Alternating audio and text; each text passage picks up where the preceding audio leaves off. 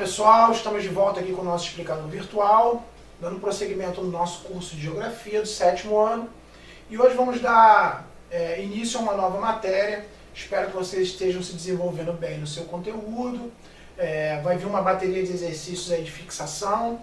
Eu acho que se você prestar atenção no que a gente está falando, no que a gente está escrevendo e fizer uma bateria de exercício satisfatória, eu acho que não vai faltar ferramenta para você fazer as suas provinhas aí na sua escola, ou seja, um concurso público, alguma coisa.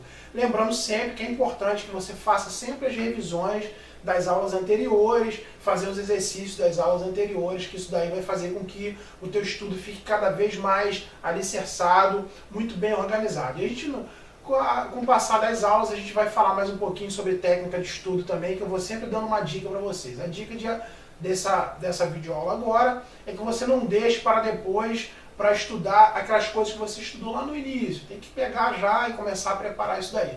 Tá bom, pessoal? Então vamos à nossa aula.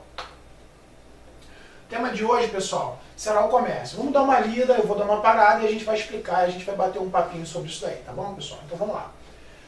Desde o início da humanidade, as pessoas produzem um fluxo de mercadoria. Vamos dar uma paradinha aqui e explicar sobre mercadoria, pessoal.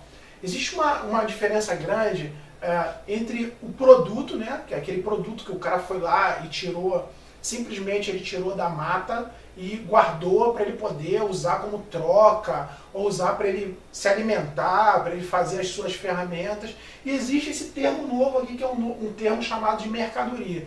Essa mercadoria é o produto que você retirou e já trabalhou ele para alguma coisa. Seja ele para o seu uso, ou seja ele para uma troca. Mas você tem que ter trabalhado ele para alguma coisa para você chamar de mercadoria. Legal, pessoal? Então vamos lá. Desde o início da humanidade, as pessoas produzem um fluxo de mercadoria, essas coisas que são retiradas, né, e são trabalhadas, seja ele através de trocas ou uso de moeda obtidas com a força do seu trabalho que é vendida. Vamos dar uma explicada nisso, pessoal. Eu disse que desde o início da humanidade existe esse fluxo direto de mercadorias. O cara vai lá na mata, ele retira lá o coco dele, vamos dizer assim, tira o coco dele, ele tira a água, bebe lá a água dele, ele vai abrir o coco dele, ele vai usar aquela parte que geralmente a gente joga fora hoje para fazer uma caneca. Só que ele pega aquela caneca, ele lixa aquela caneca, ele dá um jeito de pintar com algum tingimento, alguma coisa, ele já fez uma mercadoria. Ele vai numa vila vizinha, isso lá no início, né? Ele vai numa vila vizinha, e nessa vila vizinha tem uma pessoa que tem alguma coisa parecida com uma faca, vamos dizer assim. E ele precisa de uma faca e o cara precisa daquela caneca de coco. Então eles vão fazer uma troca nessa situação. É a primeira coisa, a troca, que eu coloquei aqui no nosso texto, uma troca de mercadorias. Eu te dou essa mercadoria e você me dá a outra mercadoria. Que nos grandes centros, Rio de Janeiro, São Paulo, Belo Horizonte, o pessoal chama de rolinho. Vamos fazer um rolo? Eu te dou isso daqui e você me dá essa outra situação. Vamos fazer um rolinho. Então, o início foi com o rolinho. A segunda situação foi a utilização da moeda. Pessoal, quando eu falo vender a sua força de trabalho, algumas pessoas não entendem direito como é que isso pode se dar. Mas vamos lá. Eu sou um professor. Eu vendo o meu conhecimento, vamos supor, para o curso Explicador Virtual. Eu fui lá, fiz a minha faculdade, eu trouxe esse meu conhecimento e eu vou vender esse meu conhecimento, essa minha força de trabalho para o dono do curso. O dono do curso vai querer a minha presença aqui, dando aula, e ele vai e me paga por cada hora de aula, cada videoaula, isso aí não importa. Mas é mais ou menos assim. Quando você pega um piloto de avião, você está dentro do avião lá, a empresa aérea está comprando a força de trabalho daquele cara. Então ele vende a força de trabalho e recebe o papel, que a gente chama de papel moeda. Nesse momento já não há mais a troca, né? Não há mais a troca direta da mercadoria. O cara pega um papel moeda, ele vende lá a força de trabalho dele, trabalhei, recebi aquele papel e eu vou lá na lojinha do seu Joaquim e vou comprar o pão, vou comprar a manteiga, vou comprar um tênis, vou comprar alguma coisa desse gênero para eu poder me satisfazer. Tranquilo, pessoal? Então hoje as trocas, esquece o rolinho que eu falei dos grandes centros, as trocas hoje são muito mais troca de trabalho, eu vendo a minha força de trabalho e recebo o papel moeda. Depois que eu recebo esse papel moeda, eu vou lá e pego esse papel moeda, que é a prova de que eu trabalhei, entrego esse papel moeda e o cara me dá a mercadoria que me interessa. Legal, pessoal? Então vamos lá. Tá aqui, ó. Tem até uns desenhos aqui, ó. Antigamente era por trocas, né? O cara dava alguma coisa e recebia outra.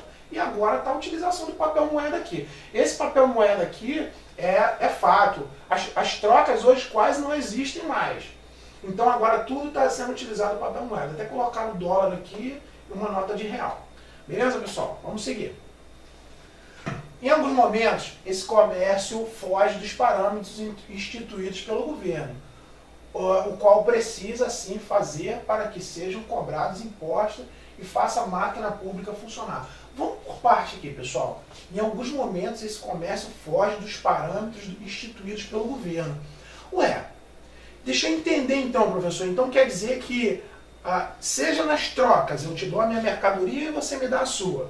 Ou seja, na compra dessa mercadoria. Eu fui lá, vendi a minha força de trabalho, peguei o papel moeda, fui na barraquinha do seu Joaquim e comprei o pão. Seja nesses dois tipos de comércio, o Estado, o governo se mete. Nos dois tipos o governo se mete.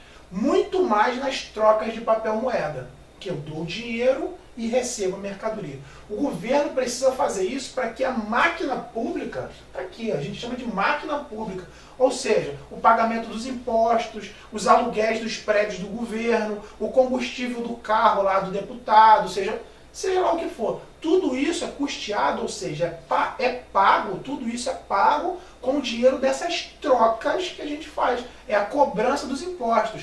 Cada vez que você faz uma troca de mercadoria, toda vez que você compra um pão, o governo vai lá e pega um pedacinho desse dinheiro que está circulando entre eu e você aqui, tira um pedacinho e guarda no bolso. Mais ou menos no bolso, no cofre público. Guarda no cofre público e vai precisar, por exemplo, fazer uma manutenção no carro, ele vai lá e pega o dinheiro do cofre e usa. Na verdade, o dinheiro que ele está usando ali não é o dinheiro do governo, é o dinheiro do povo. Então, cada troca dessa que você faz, está tirando. Quando você vai numa lan house e você paga lá na lan house, o governo está tirando o seu quinhão, o seu pedacinho. Quando você vai no shopping, você vai lá comer o seu sanduíche lá no shopping, o governo tira o seu pedacinho. Então o governo tira o pedacinho, guarda no cofre público para poder reaplicar aquilo dali. A gente vai ver em algumas videoaulas para frente o serviço público. E nós vamos entender como é que funciona o serviço público. Beleza, pessoal? Então vamos seguir. Para fazer a máquina pública funcionar de forma satisfatória. Isso aqui a gente vai bater um pouquinho mais em serviço público. Funcionar de forma satisfatória. Este comércio, sem as cobranças estatais, sem a interferência direta de leis, é chamado de comércio informal. Daí surgiu o que eu chamo de um verdadeiro monstro para o governo. Nós temos o comércio formal, que é esse comércio, eu sou o dono da padaria, o cara vem, vai comprar o pão comigo. Ele pega o dinheiro, me dá o dinheiro e eu dou um saco de pão para ele. Esse dinheiro vai ficar todo para mim? Não, um pedacinho dele vai ser retirado e vai ser depositado no cofre do governo. Esse é o tipo de comércio chamado de comércio formal. Formal é aquele comércio que o governo tem completo controle. Olha, o dono da padaria é o seu Joaquim. Então todo mês ele tem que dar o quinhão dele lá para o governo. Esse é o chamado de comércio formal. Só que a partir de agora surge o que eu chamo de monstro para o governo, que é o comércio informal. É o comércio em que ocorrem as trocas, eu te dou uma mercadoria, você me dá outra. Ou existe a troca por papel moeda, eu te dou o dinheiro e você me dá a mercadoria, em que o governo não tem nenhum tipo de ingerência. O governo não consegue tirar impostos disso daí de forma nenhuma. Então o governo ele fica numa situação complicada. A primeira situação é deixar isso acontecer para que o cara tenha o emprego dele. É uma situação. E tem a segunda situação, não deixar isso acontecer porque o governo parou de arrecadar impostos. Vamos entender isso daí mais para frente.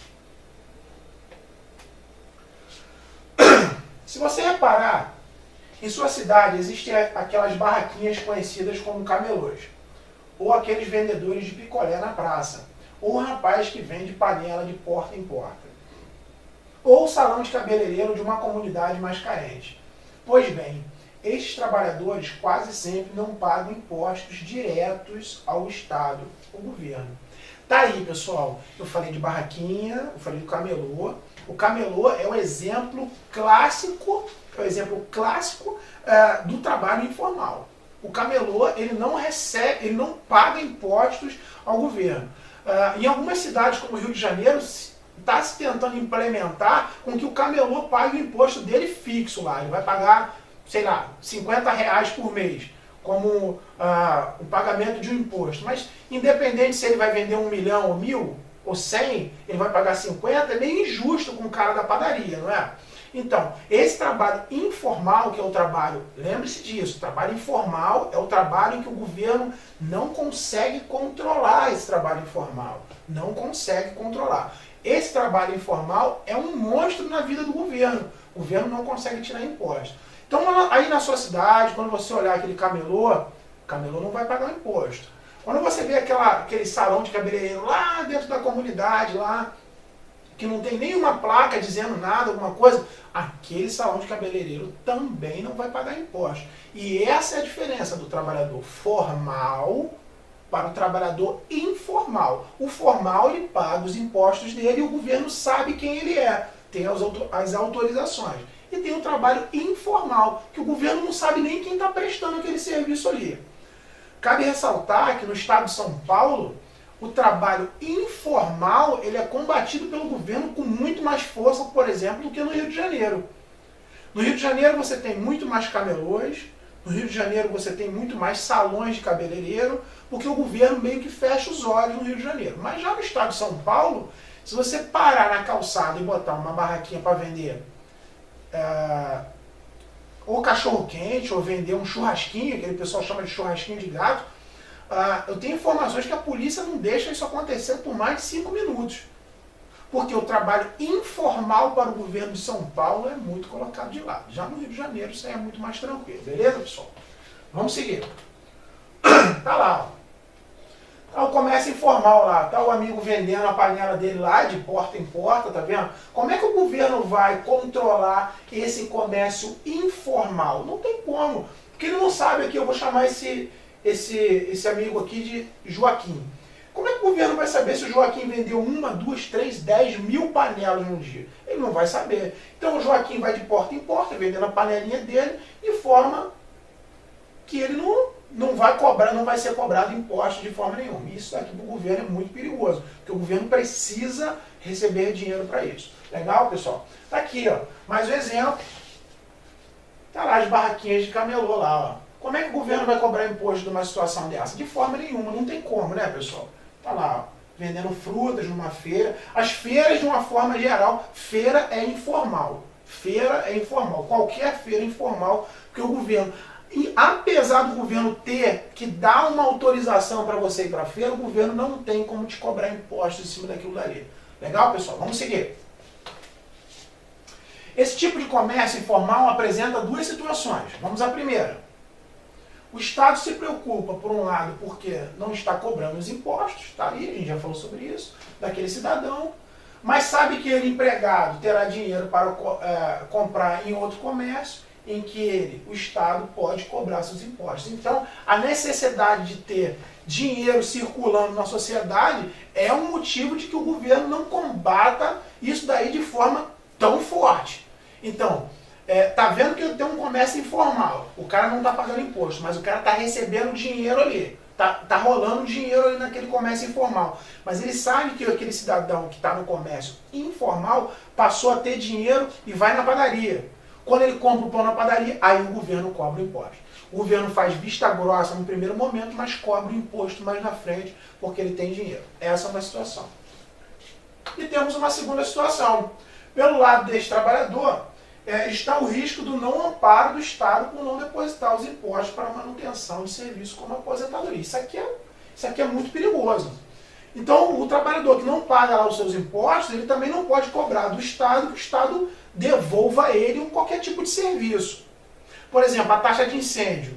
O cara não paga a taxa de incêndio e quer que o bombeiro vá lá apagar o fogo dele. Mas quem paga o combustível do bombeiro, quem paga o pneu do caminhão, a compra daquela escada é o teu imposto da taxa de incêndio. Isso daí é perigoso, porque você não dá e quer cobrar.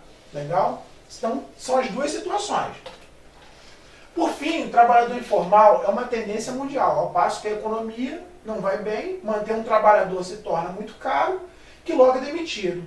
E assim, este trabalhador, por necessidade, abre seu próprio comércio. Pessoal, veja bem, a situação. A economia não vai bem. Eu tenho lá, eu vendo essa caneta. Ninguém vem comprar, eu trabalho de forma formal, eu pago meus impostos e tudo. A economia vai mal. Ninguém vem comprar a minha caneta. Só que os impostos não deixam de ser cobrados.